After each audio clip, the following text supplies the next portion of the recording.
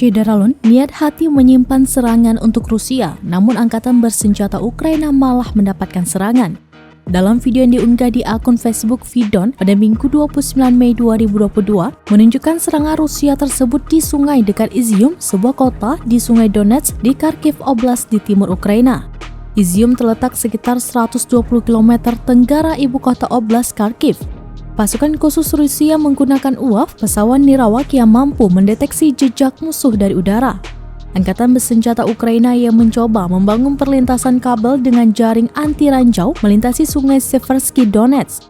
Pasukan khusus Rusia dengan cepat menghalangi misi Ukraina tersebut dengan serangan artileri. 2 kali ledakan terjadi di sungai tersebut membuat angkatan bersenjata Ukraina gagal menjalankan misinya.